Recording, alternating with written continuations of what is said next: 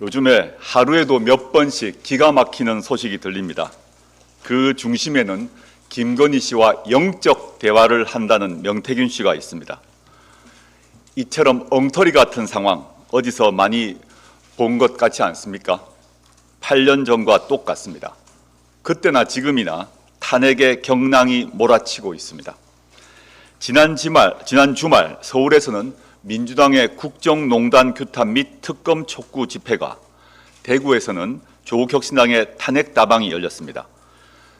대구 탄핵다방 일정이 먼저 잡혀 서울 집회에는 참석하지 못했지만 뜨거운 열기를 확인하고 기뻤습니다.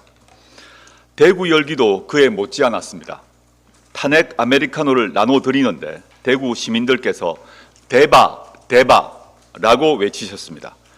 대구가 바뀌면 대한민국이 바뀐다라는 뜻입니다. 대구는 대한민국에서 보수세가 가장 강한 곳이라고 합니다. 그런데도 윤석열 대통령을 더는 두고 볼 수 없다고 하셨습니다. 보수의 근본은 애국과 품격입니다. 친일 굴종 외교를 고수하는 윤석열 대통령은 애국과 거리가 멉니다. 윤석열 김건희 부부의 말과 행동에서 품격은 눈에 씻고도 찾아와 볼 수 없다고 개탄하셨습니다. 명태균 씨와의 대화 내용이 공개되면서 바로 확인된 것이 있었습니다. 윤석열 대통령은 거짓말쟁이란 것입니다. 지금까지 대통령실에서 한 해명은 싹 다 거짓말이었습니다. 경선 이후 명태균 씨와 연락 안 했다고요? 김영선 전 의원 공천 논의는 단순한 인사라고요? 이제 대한민국에서 이 거짓말을 믿는 사람은 없습니다. 거짓말은 이것만이 아니었습니다. 대선 후보 당시에 윤석열 대통령은 새빨간 거짓말을 일삼았음이 확인되었습니다. 몇 가지 예를 봅시다. 대통령 측근도 범죄를 저지르면 반드시 감옥에 보내는 것을 국민이 보셔야 한다. 맞습니다. 제가 가졌던 일관된 원칙과 잣대, 그건 저와 제 가족, 제 주변에 대해서도 똑같이 적용되어야 한다. 맞습니다. 그런데 윤석열 대통령은 이 말 지키고 있습니까? 이 중 하나 지켜진 것이 없습니다. 윤석열 대통령 육성이 공개되자 대통령실은 당시 대통령이 아니라 당선자 신분이라 문제가 없다라고 합니다. 차라리 손바닥에 왕자 다시 그리고 그 왕자 그린 손바닥으로 하늘을 가리십시오. 이명박 전 대통령이 이팔성 전 우리금융지주 회장에게서 돈을 받아 뇌물 혐의로 재판에 붙여진 바 있습니다. 뇌물은 공무원에게만 적용되는 법입니다. 2심 재판부는 대선 이전 당 경선을 통과한 이후부터 공무원이 될 자지에 있었다고 판단했습니다. 법리상 공무원이 될 자는 가능성이 확실하지 않더라도 어느 정도 개연성을 갖추면 된다는 취지입니다. 경선 전부터 공무원이 될 자가 적용되는데 윤석열 대통령은 그 다음 단계인 당선인 신분이었습니다.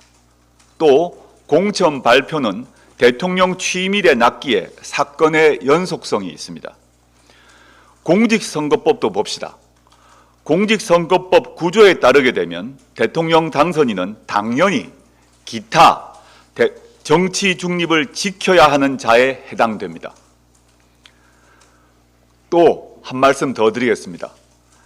대통령실은 그 발언이 대통령 취임하기 전이라고 항변했습니다. 그런데 어쩝니까? 한겨레 신문 보도를 보면 명태균 씨는 2022년 6월 용산의 지시를 받아 비선 여의도 연구원을 구상했다고 합니다. 이전에 이미 보도되었지만 명태균 씨는 2023년 3월 15일 대통령실이 창원 국가산업단지 후보지를 발표하기 전에 미리 알았다고 합니다. 이 두 건 모두 윤석열 대통령 취임 이후 일 아닙니까? 이 두 건에 대해서는 왜 답을 하지 않는지요? 이런 대통령을 어떻게 해야 할까요? 대선 후보 시절 윤석열 대통령이 올바른 방침을 주신 바 있습니다. 즉, 조선시대 같으면 곤장 좀 맞고 쫓겨났을 것이다. 되먹지 못한 머슴은 갈아치워야 한다. 맞습니다. 동의합니다. 윤석열 대통령은 오늘 열리는 국회 시정연설에 불참합니다. 앞서 국회 개원식에도 오지 않았습니다. 국민의 대표자를 만날 용기조차 없는 쫄보입니다.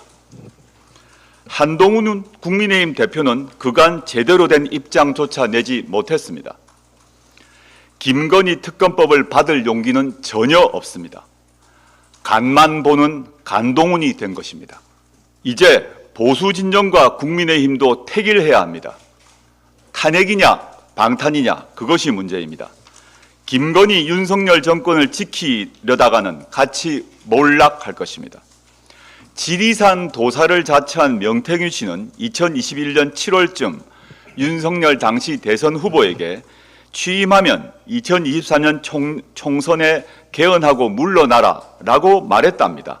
그 이후로 5년을 버틸 내공이 없기 때문이라고 평가를 했다고 합니다.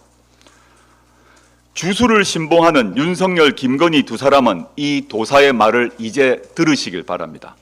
그 자리에서 당장 내려오십시오.